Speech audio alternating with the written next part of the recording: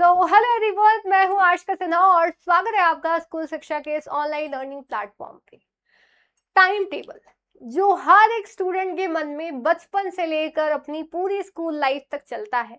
हम एक time table बनाते हैं, उसको 2 दिन तक मैक्स फॉलो करते हैं और फिर वो खत्म हो जाता है। वो पेज कौन से कोने में आपके रूम के पड़ा होता है, फिर वो आपको भी पता नहीं चलता। तो आज हम लोग बात करने वाले हैं कि किस तरीके से आप अपने लिए बेस्ट टाइम टेबल बना सकते हो। काफी डिमांडेड वीडियो थी ये, सभी बच्चे इसके बारे में पूछ रहे थे कि मैम इसके बारे में बता दीजिए, टाइम मैनेजमेंट के बारे में बता दीजिए। तो इस वीडियो में हम लोग दोनों ही चीजों को टैकल करने वाले हैं, देखने वाले हैं।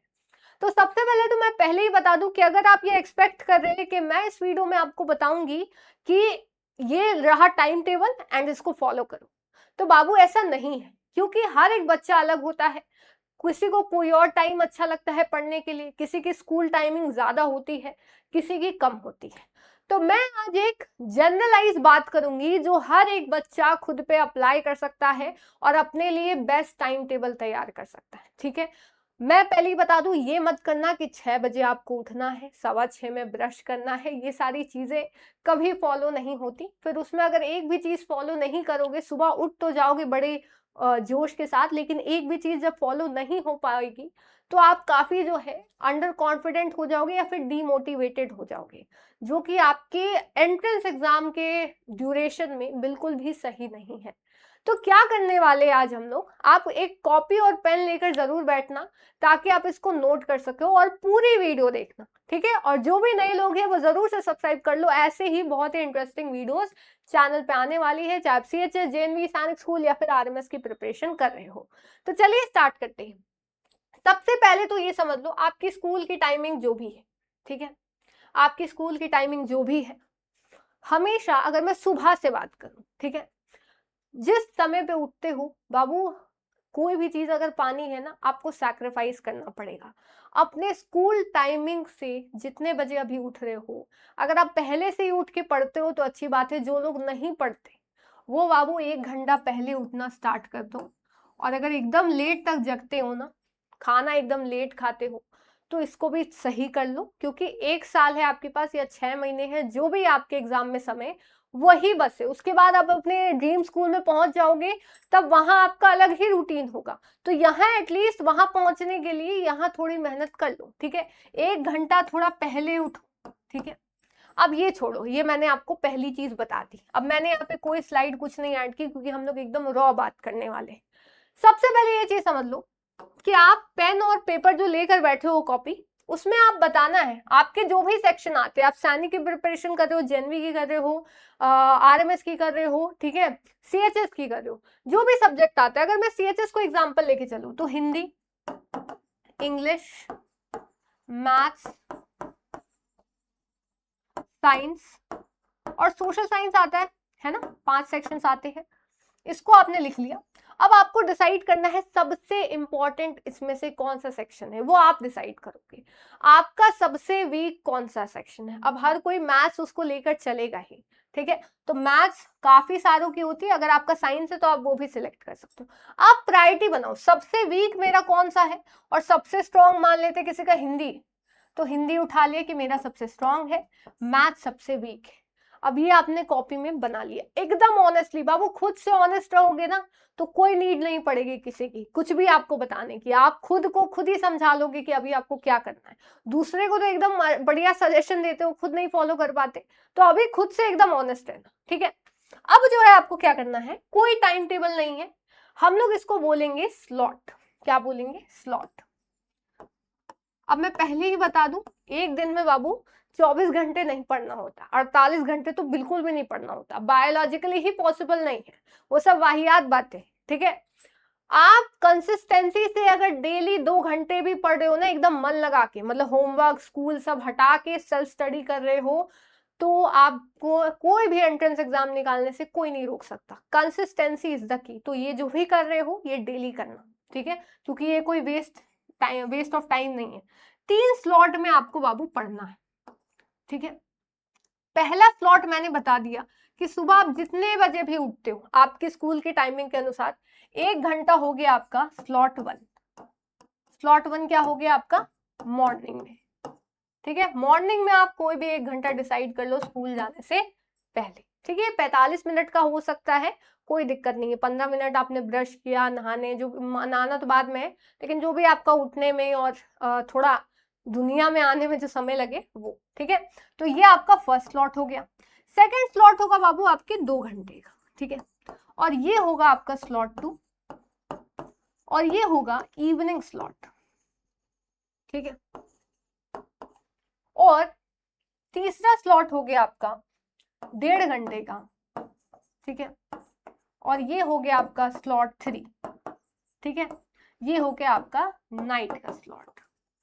अब देखो सबसे पहले क्या करना है, स्लॉट 1 में आपको क्या करना है मैं बताती हूँ, ठीक है। स्लॉट 1 में, ठीक है, ये लिखते भी जाना अपने कॉपी में, ऐसे ही मत बैठे रहना। स्लॉट 1 में आपको क्या करना है, जो भी आपका वीकेस्ट सब्जेक्ट है, जो आपको याद नहीं होता, जैसे मैथ्स में फॉर्मूले, सोशल साइंस में डेट्स, ठीक है, साइंस में आपका जो भी वर्ड्स है, इंग्लिश हिंदी में वोकैबुलरी है, जो आपसे याद नहीं होती, वो लर्न करने वाले एलिमेंट्स आप यहाँ पे पढ़ सकते हो सुबह उठ के, ठीक है। लर्न करने वाला जो सा भी सब्जेक्ट है, अभी सब्जेक्ट आपको डिसाइड करना है, मैं बताऊंगी कैसे डिसाइड करना है, ठीक है। मैं वीडियो ज्यादा नहीं लंबी करूंगी तो चिंता मत करो।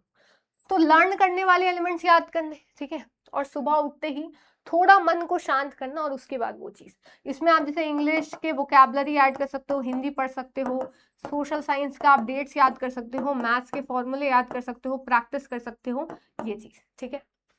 स्कूल चले गए, उसके बाद स्कूल से घर आए, होमवर्क कर लो अपना, ठीक है। होमवर्क कर लो, थोड़ा रिलैक्स हो लो।